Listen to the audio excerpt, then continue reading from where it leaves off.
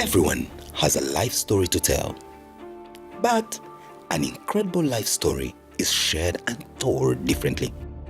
Here is a typical cycle of life. You're born, you're raised, and in that raising, you are sent to school to acquire an education with the expectation that from that education, you'll land a good job or even start a business and be an entrepreneur. And with that, you live your life in the best way you know how, given the skills and experiences you garner along the way. Now, some of us do it exceedingly well, others well through in a mediocre way, but somehow we all live through the cycle of life. Tonight, on Incredible Life Stories with Simon Kasyate, I have a man, not short of a description of the word genius. Went through school, but on the tail end of what his acquired education now is, he just aced his education with flying colors. Now, can you imagine someone who goes to university, studies a highly technical science course like engineering, and very specifically electrical engineering, and walks out with a first-class degree? Then, like that's not satisfying enough, he goes back to the university to study a contrast of a course in the arts, goes in to study law, and aces it with a first class. So we're talking to no one other than a genius, if you ask me. So tonight, we don't know whether to call him an engineer or a lawyer, but a blend of both is an interesting mix, which incredible life story we are out to listen to tonight. Welcome to the program, Mr. Peterson Mwesiga. Thank you, Simon. It's a pleasure to be hosted here and to tell my story. On the program, do we refer to you as an engineer or a lawyer? Or do we have to do the interchangeable kind of thing? Well, I think we have more liberty to use either. What can I say? Well, let's start from where it all began with regard to that incredibly interesting story of your academic prowess. Tell us about the first-class degree in engineering, and then take us to the first-class engineering degree in law. That's before we go to how it all began from the word go. Yes. I think it's true that I qualified as an engineer with a first-class degree, and later on did an MSc as well. Wow, and that came out with distinction. That's correct. And then I also went to law school and also received my degree. What can I say? I think I've been privileged.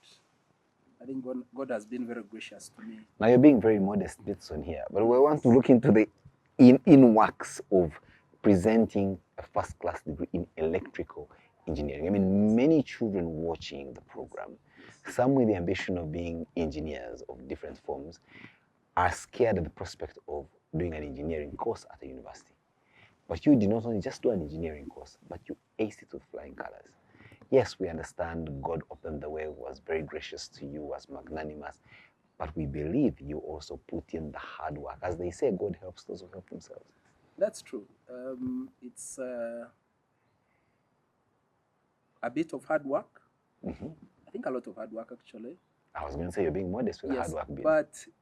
But I saw that you are coming to that. Uh-huh. So, but I think it's more to do with what I can call personal discipline. Mm-hmm.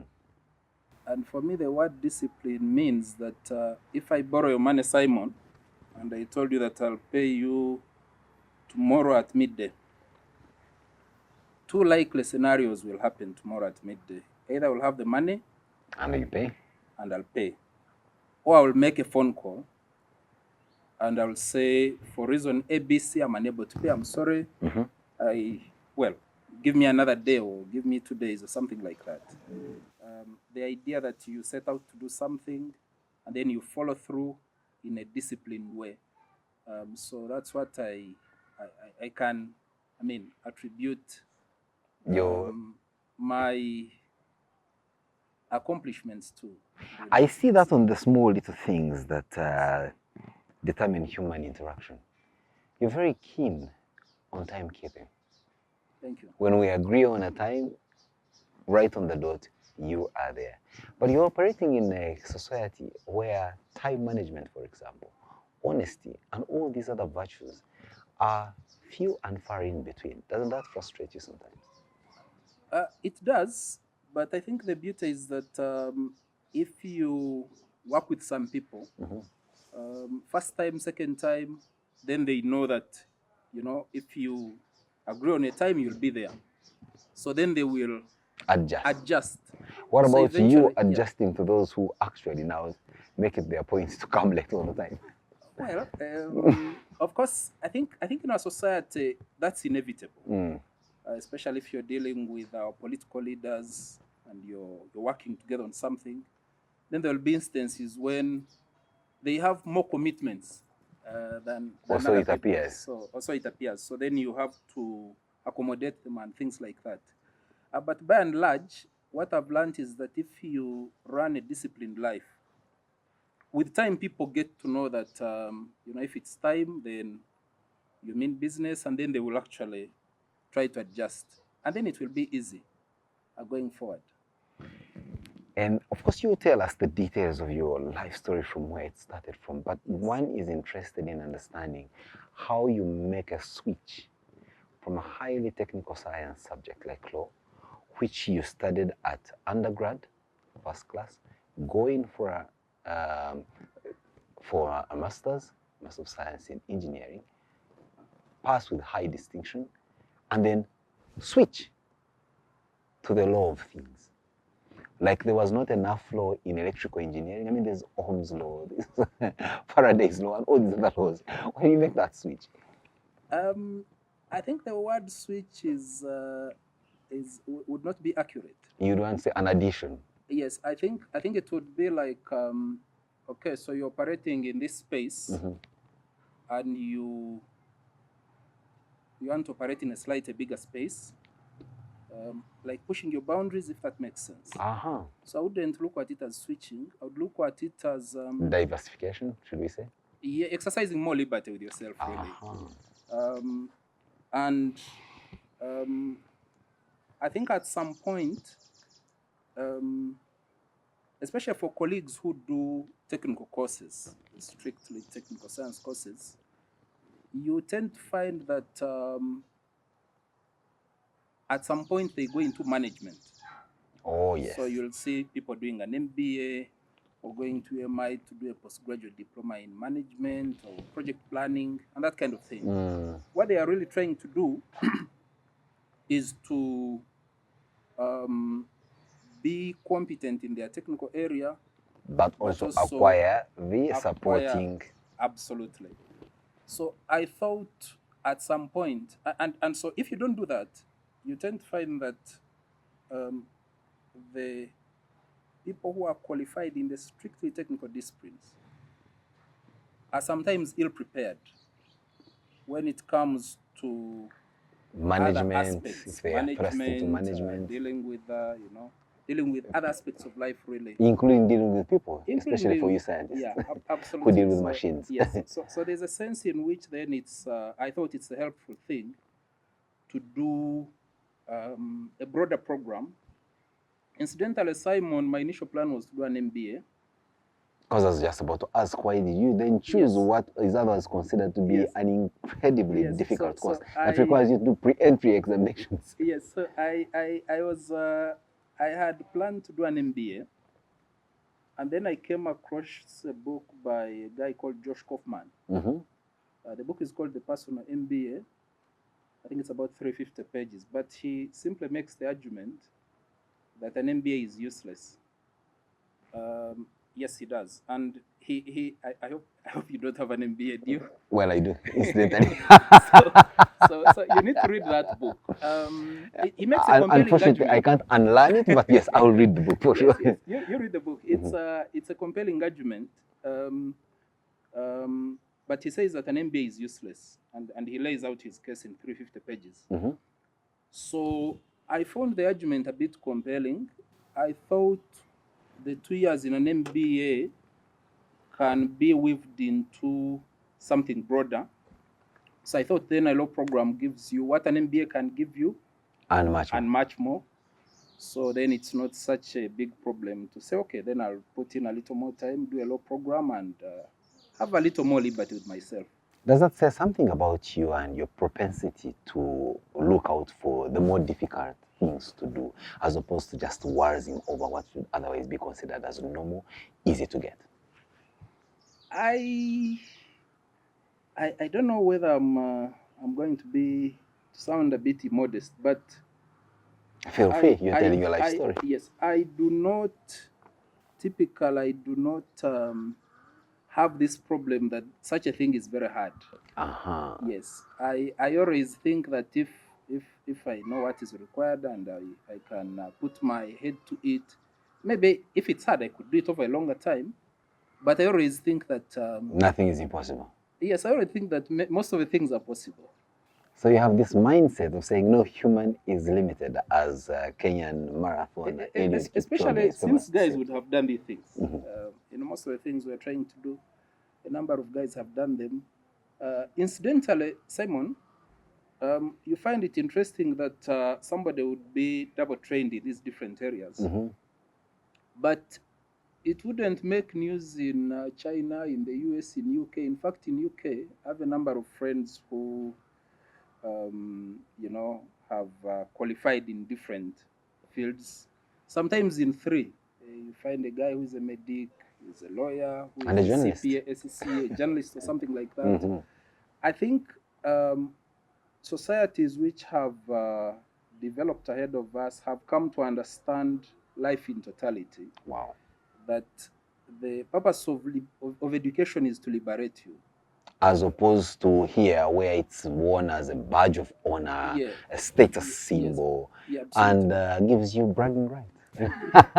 If you want to, but I think the purpose of education should be to liberate you, to liberate your mind, so that at the end of that liberation, then you can go and liberate other people. You can solve problems of society. And I think if somebody is trained in a specific area and they acquire more training, I think it makes them richer, not poorer. Peterson, the people we are speaking to have gone through an education, the majority of whom. But the reason you are speaking to us is that you didn't just go through an education. You aced the education with first-class degrees in the disciplines you went for. And we're interested in trying to possibly, to use a medical term, dissect your mind and try to get to understand. Are we speaking to an ultra-human? Are we speaking to someone that's a typical postcard image of a masterstroke of intellectual genius? Do you consider yourself a guy with such high cognitive abilities that you don't forget what you see once, you capture things from the blackboard, or your level of understanding, in-depth analysis is way perhaps above the average? Why do you put yourself? No, I think I'm not exceptional by any standard. Now the modesty in you. No. Maybe I have to explain. I have to explain why I'm not exceptional. I'm not exceptional. I think, as I said earlier, I try to exercise personal discipline. That's all there is. It will be, I think, inaccurate to think that I'm actually as smart as you want our viewers to. You are highly cerebral. I don't think so. I think it's more like I have lived the life of personal discipline. My life story has required me to be very disciplined in many ways. Wow. Yes. And maybe to,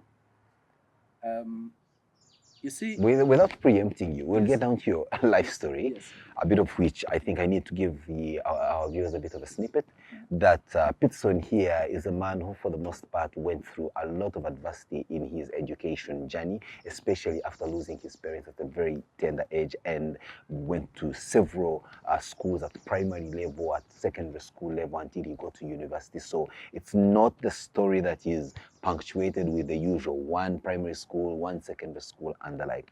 But also I must say that on the program, we've had a guest before you, Mr. Kaguri, who also, like you, aced first-class degrees in two subjects, in social sciences and in law.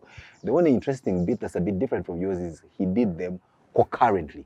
as opposed to, one after, sequentially. Yeah. So let's take and a I watched the program, I think, last week. And he also started from the point of adversity in his education journey, famously saying he was educated starting with a fifth of a pencil and half a book. But let's take a short break. When we return, we'll get down to your actual life story and where it all began, Peterson. Thank you. It's an incredible life story with Simon Kasyate. We'll be right back. Everyone has a life story to tell, but an incredible life story is shared and told differently. Incredible life stories with Simon Kasyate. Now, if you go back to the history of Makerere University, Kampala, there is about maybe 13 folks over its long history of over 100 years that are on record for having aced first-class degrees. Some of them include the late Kidu Makuya. We also have another Makuya who's Apollo, lawyer in town. We have a very good friend, Brendan Tambirechi, Mr. Chazi, I think Joseph is his other name, and you, and of course my good friend Kabumba Businje, who I believe you now must have a certain cohort or group in which you belong as highly cerebral at the university. And you pardon me for really hopping onto that, but we find that a masterstroke of genius. Peterson, where you are now, I want to believe as a young child growing up, may not necessarily be the place you ever dreamt about. Or if you did, how very vivid was that dream that now you actuate it in this manner with such great excellence? I don't think growing up as young children we had big dreams. Mm-hmm. We grew up in the 80s, early 90s. In my village, there used to be very few people. Which is in Ntungamo. Yes, so you were born in the undulating hills of southwestern Uganda. Yes, absolutely, in Ntungamo district. So there used to be a few people who owned bicycles.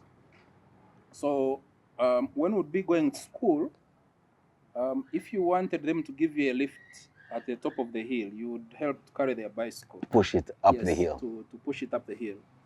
And our dreams were actually to own a bicycle and be like those guys. Because that's the exposure you had. That was the exposure that we had. The other interesting thing is that when they would be going downhill, you can pedal forward for a bike. To propel it. But when you're going down the hill and you don't need propulsion, you can propel going backwards, I think to have fun or something like that. Or maybe to create some more drag and a little bit of resistance as a braking mechanism. Yes. So we used to find that very interesting. So those guys are the guys we would look up to. Some of them would be like our extended family. And the other people really who were able to own bikes at that time. The ones the president referred to in one of his COVID speeches of, he would be going downhill with a bicycle and your shirt buttons open and the shirt is just flying in the wind. That was a sign of machoism. Yes, so those guys were our heroes. And I think the first dreams that we had were to one day just own a bicycle and be like those guys. So I think I would be lying if I said that we had big dreams. Because growing up in the village, you really have so much exposure. Let's get down to your own nuclear family. What, to the best of your recollection, just paint for us a picture of what your family looked like from the time you began to realize you're in this family. Father, mother, siblings, if at all. How extended was it? The setting at home. Okay, so my father is the late Wilson Vyaruhanga. And my mother is the late Jovail Kobronde. Incidentally, both of them died in quick succession in 1993. That's the time. So I think I was about P2 coming to P3. And we are 6 children. And you are which number of the I 6? am number 3. The middle child, more or less. Yes, I'm number 3. And at the time they died, our last born was 9 months. Oh dear. Yes, so we had that tragic loss. Which quickly turned you into a child-led family, because I want to believe your eldest sibling must have been the one now who took charge. Not quite, because I am my father's heir. Because my elder 2 siblings are girls, so You're the first boy. Yeah, I'm the first boy in a patriarchal society. Yes, so that carries for so much. So then we became. Then we had to move from our home in the village and we had to be split between relatives. Oh dear. Yes, so about 3 of us went to live with our uncle, who was staying in Bushenyi. And then about, I think, 1 or 2 stayed in the village initially. And then the youngest, the last born, who was 9 months, had to live with my maternal grandmother, which is where she stayed for most of the time. So I think my childhood was punctuated by 2 phases. The nice phase, the wonderful time before our parents passed on, very wonderful time, fond memories. And then the turbulence now that comes with losing a parent at a young age. And then living in a family, even though they are relatives, but you get the feel of this is not exactly what Yes, you get the feel of being othered. If you've been having an automatic right to bread, okay, then this time you pick bread when somebody else has picked first. So I hope you get it. So I get it. And is that a discipline that comes with self-realization of the change of circumstances, or like a child? I mean, you are barely 10. If you went to pick bread, I'm using that as a metaphor, together with your other cousins with whom you live in their home, did you get a moment where your hand was tapped so that others can first get before? Yes, many times. And so those are the kind of things that give you, I think, a rude awakening. A rude awakening, the discipline, the understanding that, well, if I have a loaf of bread, if I have a piece of bread, it's really a favor. I'm grateful. So the sense of gratitude that you develop for everything that you get, the education, everything that you have really, because you do not qualify to have it as of right. I think the earlier questions you're asking me about, the hard work, it really comes from that. I'm glad we can connect the dots now. It comes from that. So for you, education was a do or die, a life or death venture, because you knew that there was no other recourse to a good life than a good education. That is correct. Which again, you are not getting out of out of right, but you were favored. Favored, yes. So I don't think we had much choice. You had to try and work hard to excel. And I think once you do that for some time, it becomes habit. It becomes habit, the personal discipline. So for me, I have no problem, even now in my life. If I say, okay, I have this assignment, it needs 2.5 hours of my time. The time I work best is like at 4 a.m., 5 a.m. That's when I'm sharpest if I want to do something that is a bit technical. Let's not forget that's the hour when, hard-working, sometimes married men like you, are possibly in need of a very good, rewarding sleep.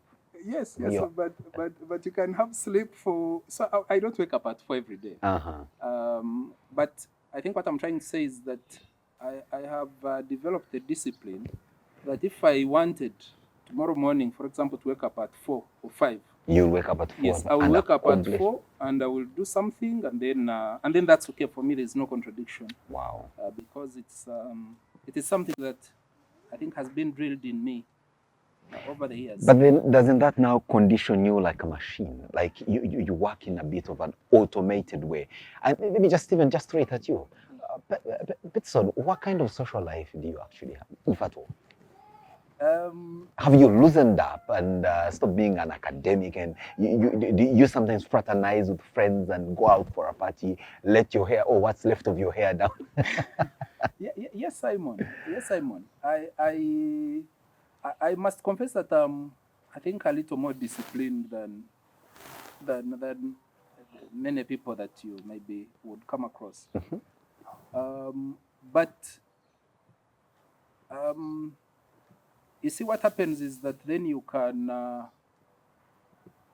say that this Saturday afternoon, party, I'm going to the beach. So you'll go to Simon's house, you're going to have fun, you're going to enjoy, you're going to catch up with friends and things like that. I don't think there's a contradiction between having a discipline, because part of that discipline is to actually appropriate Time for a different thing. for different things. And that's why I including- was asking then, doesn't that make you condition like a machine where everything has to be done within an allotted time, as opposed to some of us who live happy-go-lucky, what comes, and we just go with the flow? Yeah, I'm afraid with that kind of conditioning. I work better in a structure. I'll put it that way. Yes, if we agree on something and it's clear what time, what deliverable, when, where. So it's you comes to a I'm party and happy say, that- what time does the party end? 11 p.m. After 11 p.m., can't catch Peterson. You will have gone. No. Okay, so look at it this way. Look at it this way. If Simon invite me to a party, well, in my mind, I know that, well, between 8 and maybe 11 or midnight, I'm up for that party. So at midnight, I will be thinking of Exiting. yeah, of exiting, because I think you must try to allocate time for different things so that you are effective, so that you are an effective party goer, but you're also an effective parent, you are an effective husband, you are an effective director, wherever you're working on that kind of thing. I think it's my way of trying to keep a balance Of everything. of everything, So for which you, is not easy. success is a quest, but you have to work backwards in fixing what needs to be fixed to get to that quest. You don't take aiming lower than your set targets, as, or at least I try. No, Simon, I fail a lot. Yes, I fail a lot, and I fail at many things. One would be interested in knowing just one, not even two, if there may I fail at many things. I always wish I was a better parent. There are always things that I think I can improve. I think we all fail at many things. I think it's important that people understand that, and I think President Museveni said it. I listened to his Tarehe Sita speech when he was speaking about the initial attack in Kabamba and how that failure must be understood in the context of their overall success. And so he made a powerful statement and said, failure is actually part of success. Yeah, so I think everyone who succeeds at something fails a lot, actually. I think it is just the grace to how do you deal with that failure, how do you pick yourself up, how do you encourage yourself, what's your support system, so that you move forward. But I do fail a lot. And I think it's important that there's that balanced picture. I fail at many things. Let's go back to you growing up in the circumstances that you just described. There's a certain stage in our human development called adolescence and puberty that sometimes may kick you off the balance and swing you into a road that may be self-destructive in the long run. How are you able to attend to that? Now, as that is happening, there are also emotions you're dealing with. So you have siblings scattered across relatives, and you possibly don't also have the latitude to see them as often and fraternize with them. And this may have overbearing consequences in how you relate, even now as adults, and all those emotions. How are you able to deal with them and yet still attend to what you need to do to social success in education? It's a very difficult question. How do you deal with things which are just thrown at you? More so if you have no control. Yes, more so if you have no control over them. I think you do your best to hold your head up. You do the best that you can. Over time, you learn to cope. You teach yourself to cope. I think there are things that come to you in life and, well, you don't have a choice. You just have to cope and do the best that you can. How emotional would you describe yourself to be? Are you the kind that will cry at the advent of adversity? Or do you just simply it up and say, oh no, I fix this? Okay, I think that the loss of our parents. Incidentally, my mother died on the 13th of February 1993. That coincided with when the Pope visited Uganda. How did you know this? I keep my debts as well. I'm a little bit of a genius. Yeah, no. Yeah, no, you're a genius par excellence. But so that date is the date when the Pope John Paul, I think, came to Uganda. Yes. So, but I think the death of our parents in quick succession is one of the things that affected me. It's also one of the things that I cannot think of a bigger loss that I have suffered or that I'm likely to suffer greater than the loss of than the loss of my parents. So there's a sense in which then it makes you numb. Not immune to loss, loss, but yeah, I am trying to find a better word because that word is may come off as insensitive. Yes, come off as insensitive, as a little too strong. But I think there is a sense in which it makes you courageous to say that okay, bring it on. Yeah, let me try anything. If I fail, okay, what's the worst that can happen? It can get worse. So there's a sense in which when I'm and for me, I see it as a positive thing in a sense, because for me, if I have a challenge, I have no fear of failing at it, because I'm like, okay, the worst that will happen, if I want an opportunity from you, Simon, I'll come and speak to you. No. Yeah, I'll come and speak to you and say, Simon, this is what I want. If I'm struggling with something, I will say, I need help. And you will either help me. If you are not able to help me, well, then the worst that can happen is that you have not helped me, but, well, that's it. So there is a positive in the sense that when you have gone through adversity, you can face very many things, and you are a bit unbothered about what the outcome might be. Doesn't that sometimes, as we look at life, also, I mean, does it make you sometimes come off as insensitive, sometimes numb, or outrightly cold? Many things are never said in your face about you, but from what you have heard, people you work with, people you work for, how would some describe your emotions? EQ. Your IQ is very high, yes. How about your EQ? Now, I think there are words used. You said it may come off as cold, emotional cold. It may come off as, but there is also, it may also come off as daring, bold. I think it depends on which side you look at it. Yeah, which side you look at it. Because if for me, Simon, I was telling one of my friends the other day that myself and my siblings have got a unique ability, which I think many people do not have. For me, if I decide to say, okay, I am doing ABC, but I want to take a sabbatical, I'll take a break for 2 years and go to a new place. For me, it's not a problem because I can operate at any point along the spectrum.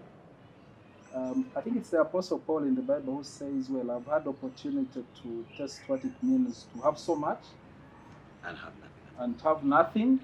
And then he says, now I know I can do all things. All things are possible through Christ who gives me strength. So I think there's a point at which you're like, okay, I can do so much, I can do so little, but I know that at the end of the day, I can do everything through Christ who gives me strength. So there's a sense in which you can then take on challenge, and you'll not have a problem with a no. When you graduated from the university with your first class degree in electrical engineering, you actually never left the university. That's you did an MSc, then you became a lecturer, you're still there, you are imparting knowledge. And for folks who are regarded as I regard you, many of them don't always come off as groomed as you do. At least you you are well groomed, so to speak. Don't you find that a bit of another dichotomy in terms of your outlook and what's expected of you? Don't you sometimes surprise many people? I don't know. Life is holistic. And as I said earlier, I do not buy into the idea that I think life is an open book. So the idea that we should say, Simon, are you a journalist? Are you a farmer? Are you this? Are you that? Please tell us, where do you fall? To put me Compartmentalize. exactly in silos. Yes, I think you're a human being. You're a human being. So because you're human, God has not limited you. Wow. God has not limited you.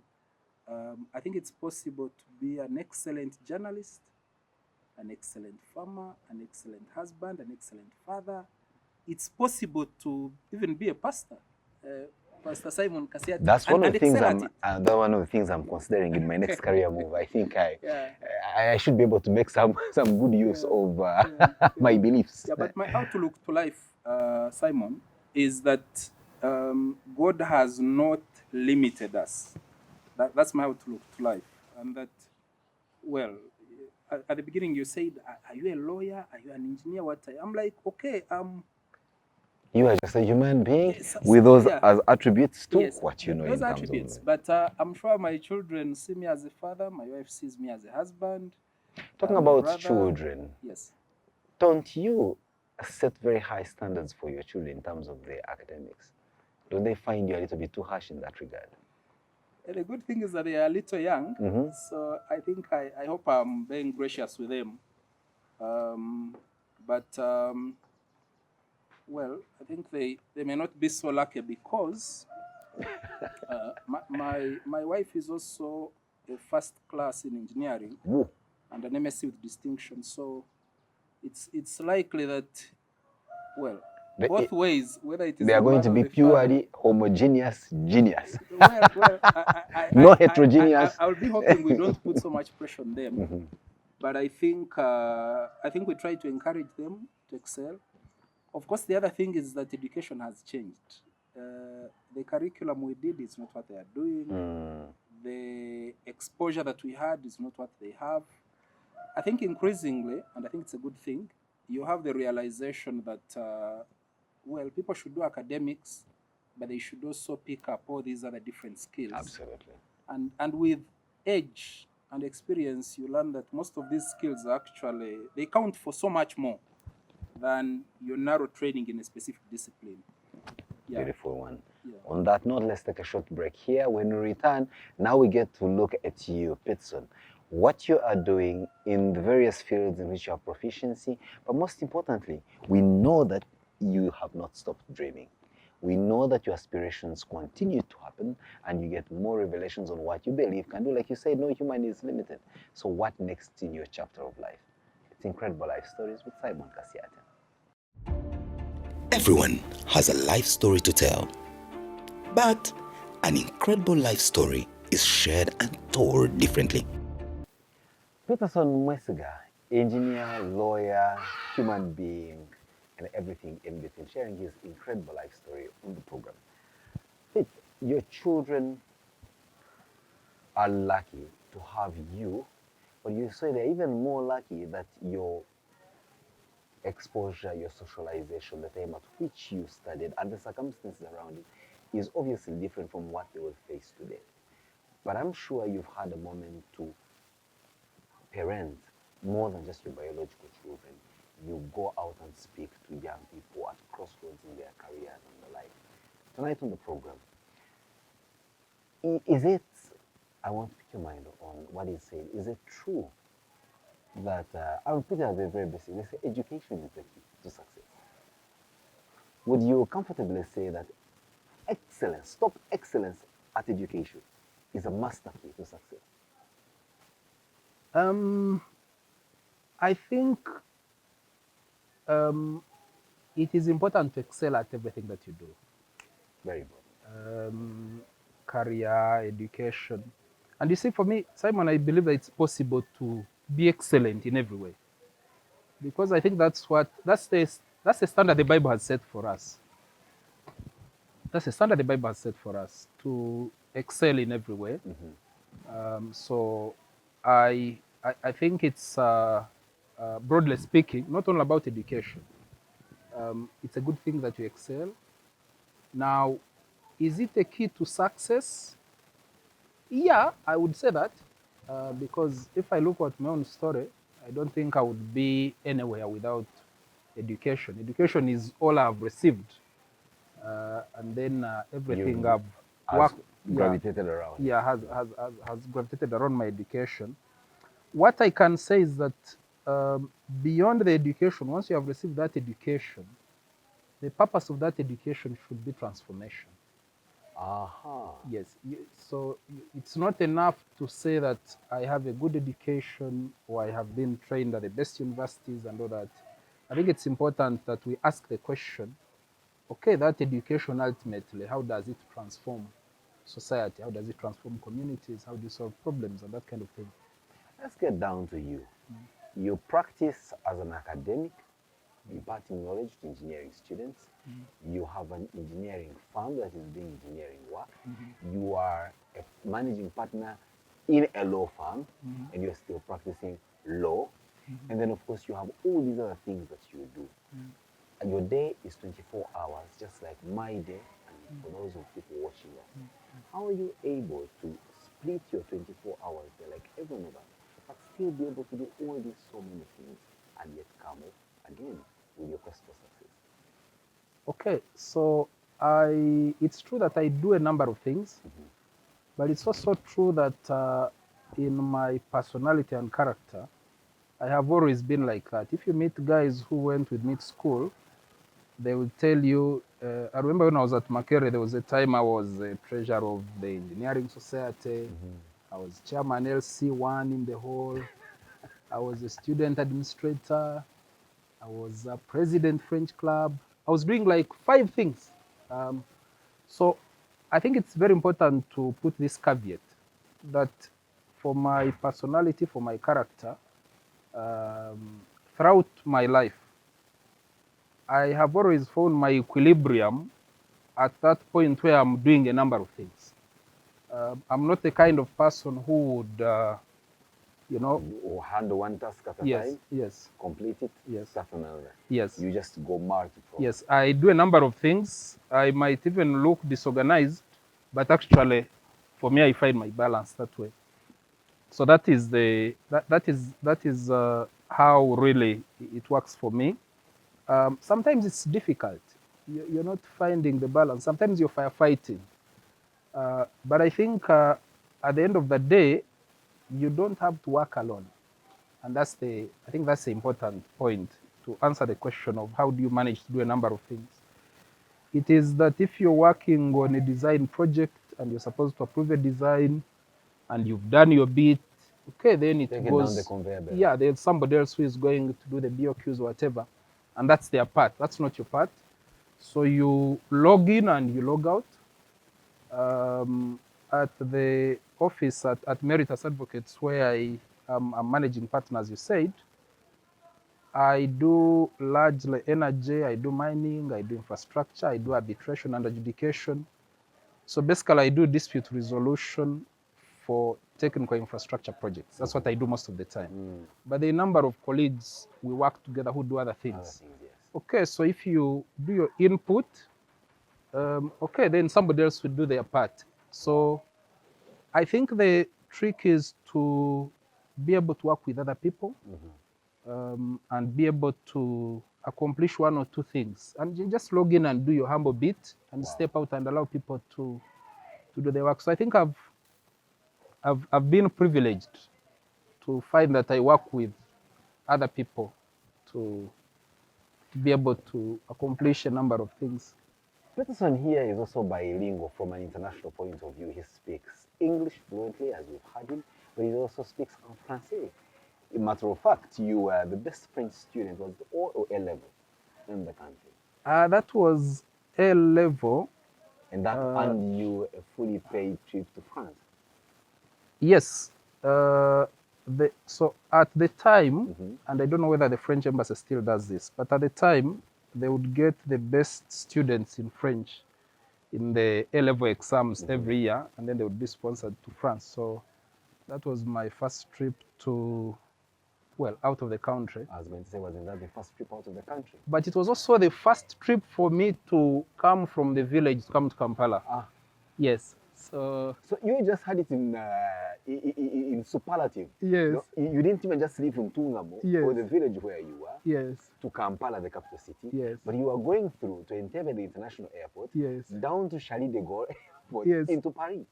yes, Tell us yes. that Through experience. Amsterdam, it was a very interesting Amsterdam. experience. I think the first time you fly, of course, well, much later in life when you have had opportunity to do the thing a few times, but the first time you do it, it's very life changing. I think I was 17 maybe or 18 or thereabout, and then you come to Kampala for the first time. You take a plane for the first time. You go to, I think we went through Amsterdam at that time. Wow. Schiphol. Schiphol, yes. Yes, and then you do Charles de Gaulle in Paris, and then you do Montpellier, you do Alsace, you do Basse Normandie, you do these different places. When you're doing, when you're learning French culture and French civilization. Then you go to train stations, go to Gare d'Arion or something. I can't even pronounce it very well. Yeah, and all the Louvre. Yes, You know the that you're museum. familiar with the Louvre, the museum, and In Arc your- de Triomphe and the Trocadero. I'm And, sure you must have also made the sign of the cross at the Notre Dame. yes, yes. So of course. No, we did a full trip. So you had to go to the Église Cathédrale de Notre Dame. But I think the more interesting place was a place called Montmartre. So there are two places. There is Montmartre and Montparnasse. This is where people, I think, go for honeymoon. For you, Very the Eiffel wonderful. Tower did not strike a chord for you? Oh, the Eiffel Tower, of course, was a big one too. And the whole distinction between the old Paris and then La Défense. And then yes, La Défense, and then of course La Seine, and but Simon, I think you've done Paris too. I think we I've should been do one, around. and I think we around need to do Portugal. another Paris tour together. You showed me a few places, I'm but just trying to look at your life story. Not mine. yeah, but it was life changing. But exactly, how life changing was it for a man? I mean, I don't want to personify your story, and we want to, connect the dots for you when you're here able to tell us. I just can't. I'm just looking at the level of excitement that was in you, and what was going on in your mind. And if I may say, didn't you get that little green voice in you saying, "This is the place I want to stay. I don't want to go back," having been mesmerized by what you saw, which perhaps was also the essence of the trip. Yes, By those who took you. Yeah, so I have had opportunities to. I had an opportunity through the French embassy at the time to even do my studies in France.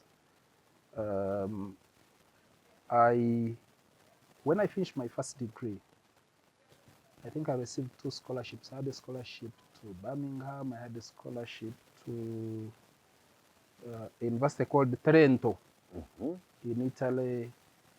I had all these things, but there was another thing going on in my life. Yes, the thing was that while I was the third born in my family, I was the first one in my family to receive a university degree. Wow. So a number of my siblings were at the verge of dropping out of school. So matter of fact, when I was a student at university, I was a government student, so earning a faculty allowance of 400,000 shillings at the time. This is 0408 per semester, per year, maybe per semester. And I had to use some of that money to pay school fees.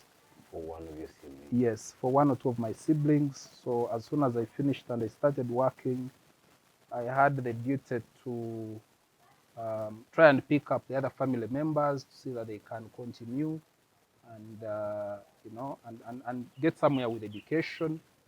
Yeah, so there is a sense in which most of those opportunities of were not resonating with your circumstances and realities as you knew them. Absolutely. So it was very important for me that as soon as I finished school, you begin to work. I begin to work and I Career. begin to support other people.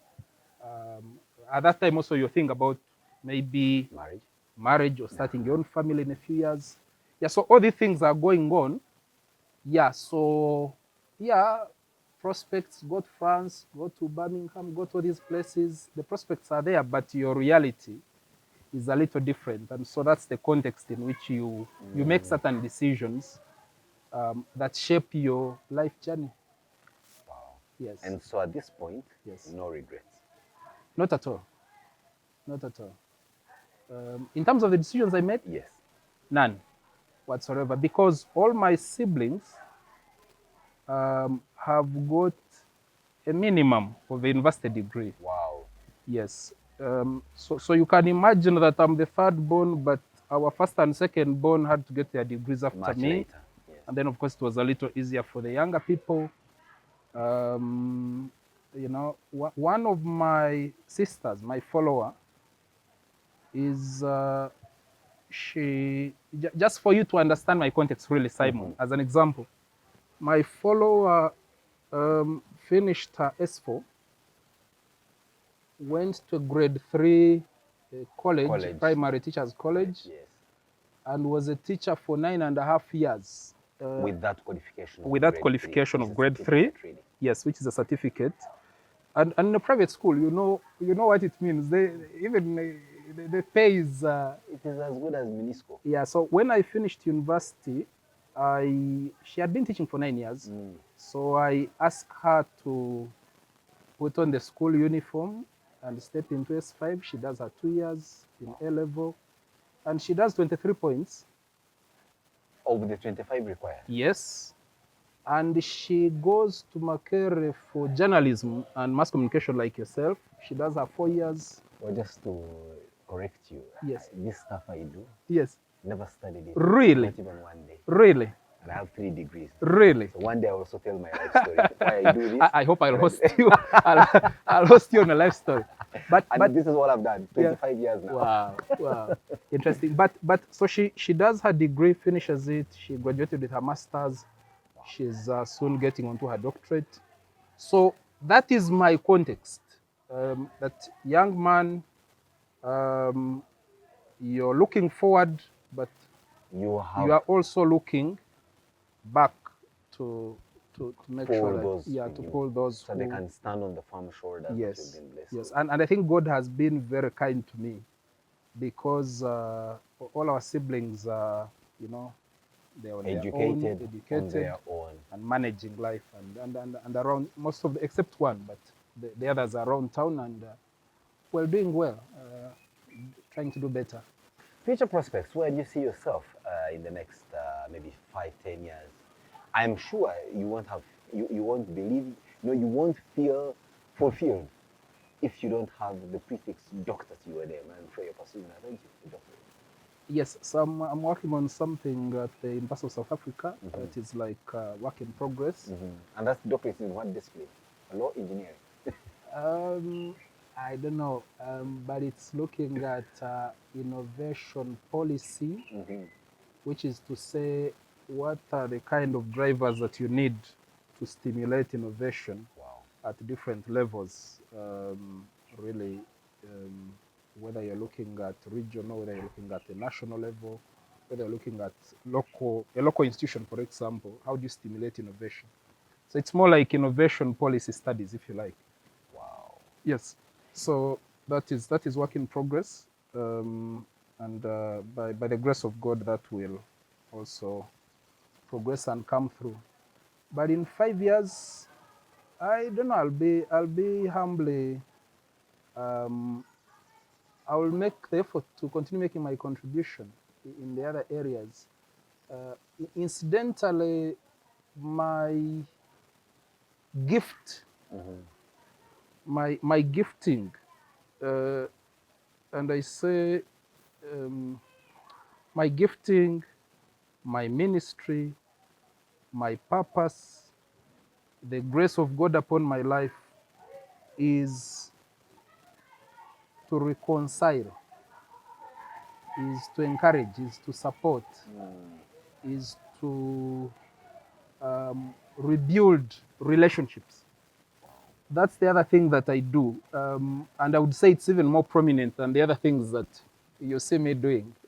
So I run a ministry of reconciliation and an altar where we support and encourage people, families, relationships, parents and children, spouses, and that kind of thing. So I do that. And then also serve in a number of Christian organizations, either at board level or in other capacities. And yeah, so I'll be looking forward to Many of those serving where God calls me to serve. Wow, that's Yes. a powerful one. Yes. What's your favorite dish, Peterson? My favorite dish is matoke and G-nuts, the katogo. The matoke, the G-nuts, but now imagine that you also have a mixture of other things there. Mushrooms. Mushrooms, as many things as you can. Katunkuma, just add there many things, and then just mix it up. Wow. Yeah, that's my favorite dish. How would you love to wash it down? I take some red sweet wine. Wow. Yeah, I do red sweet wine. There's a brand called Lambrusco. Yes, so I take that once in a while. Once in a while. Yes, and I'm just fine. Wow. Yes. Do you ever go dancing? Or can we comfortably say you have 2 left feet? Okay, I don't dance a lot. I think I'll only dance if, you know, a guy can call you for kaski. And you go really not because you're a dancer, but because you have a duty to support a colleague. But I'm very musical. I sing a lot. Wow. I've composed my own songs and published them, a number of them. Christian songs, secular songs? Christian songs. I think some on YouTube as well. I have seen some of them. You've seen some of them? Yeah, so I do singing. I don't think I do dancing. Well, I play a number of instruments, but best is in your own in my own assessment. Which one do you love the most of the instruments you play? I think it would be the guitar. You know, it would be the guitar. But I still think I have a lot of room for improvement. Yes, I still have a lot of room, but I think I love the guitar. And yeah, but I love singing. I love singing. Is that what you do best when you want to relax, or if at all, if not, what is it that you do as a form of relaxation? As a form of relaxation, I'll do 2 things. One, I will listen to music. Number 2, any kind of any genre of music you are particular with, or any music that hits your way? Well, you know what is called rock and roll? Yes, of course. Yeah, so something like that would be close. Goodness, that's a bit too heavy on my ears. Yeah. So that would be close. But I also, if I have the opportunity to spend time with my children and my family and my wife, usually that is also a form of relaxation for me. Talk about spending time with your family and the loved ones around you. Yes. Uganda is a very beautiful country, diverse, with all sorts of places that would give tranquility to even the most stuck person. So when you close your eyes and imagine this beautiful country, where would you love to go and have a good moment to relax with your family, your children? You would do by yourself. I have been to the source of the Nile. I think I've come across 2 spaces there. One of them is run by a missionary, I think from Germany. I forget the name. But that would be the kind of serene environment with water and that kind of thing. God willing, I should have my people go there one of these days. Because I was there for an assignment, I was there for a work assignment. Now you want to go there? Yeah, I want to go there with family. With the lens of letting what's left of your hair down. Yes, but that's the kind of environment that is very good for me. Peter, other than academic books and all that, yes, do you actually refer to yourself as a bookworm? Do you read a lot? Other than work? Yes, yes. I read a lot, and even then, maybe I'm still trying to be modest. I think I read a lot because like now I have 500 books. So incidentally, this is what happens. I have a number of friends who will see a good book, and they'll buy it for me. When you say good book, what exactly do you mean? Okay, so a good book can range Pack from and philosophy. About MBV Roberts. Stroud. You know. Yeah, there's a book called Stroud. Backhouse one. Backhouse. No, Nelson and Parker. No, Yes.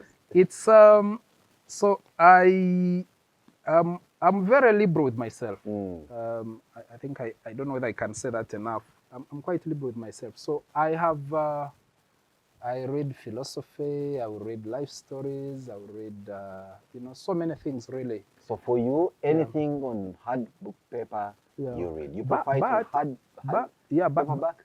Well, On Kindle.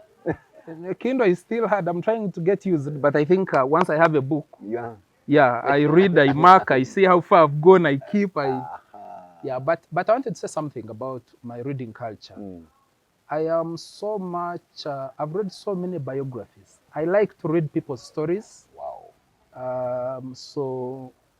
If it's Mandela or Clinton or Obama or Martin Luther King, any of these guys that you can quickly think about, chances are that I've read.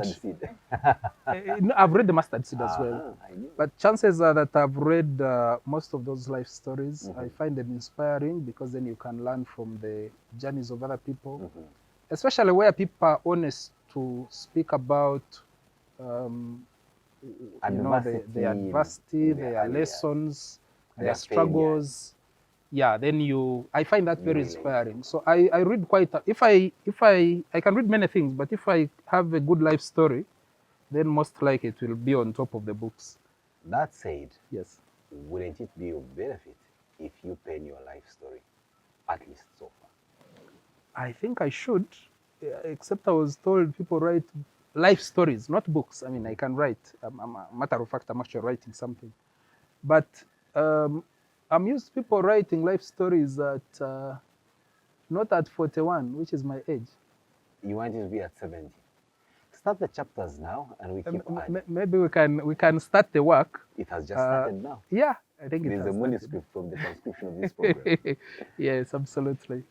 Peterson, it's been a pleasure having you on the program. Sharing your life story is very inspirational. Thank you. And will allow you the latitude to tell us, indeed, you talked about listening to music as your point of relaxation. Yes. What kind of music do you listen to, Peterson? So I listen to a lot of gospel music. So the other thing I can tell is that I know a good song that I like when I listen to one. So you can't program say, I will like that until you listen to it?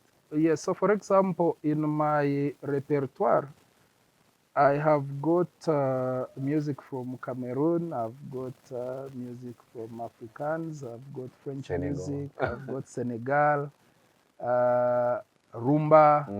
You know, you listen to so many things, and once in a while you get this thing that is catchy. I don't know whether you're familiar with Yusundu. Yes, of course. Yeah, so that is like African beat, that kind of thing. So you listen to all these things. So once in a while, the French connection comes in very strong. that is true, but I also listen to Spanish music and all that. I think I try to just keep an open mind. I think there's always something good in every culture. In every culture, yes, absolutely. And while still at that, I think it's a good idea that, especially at a young age, kids are exposed to everything, so that then they have. Well. Absolutely. So, Monsieur Mwesiga. Oui, monsieur. I will say merci beaucoup. Thank you. Thank you.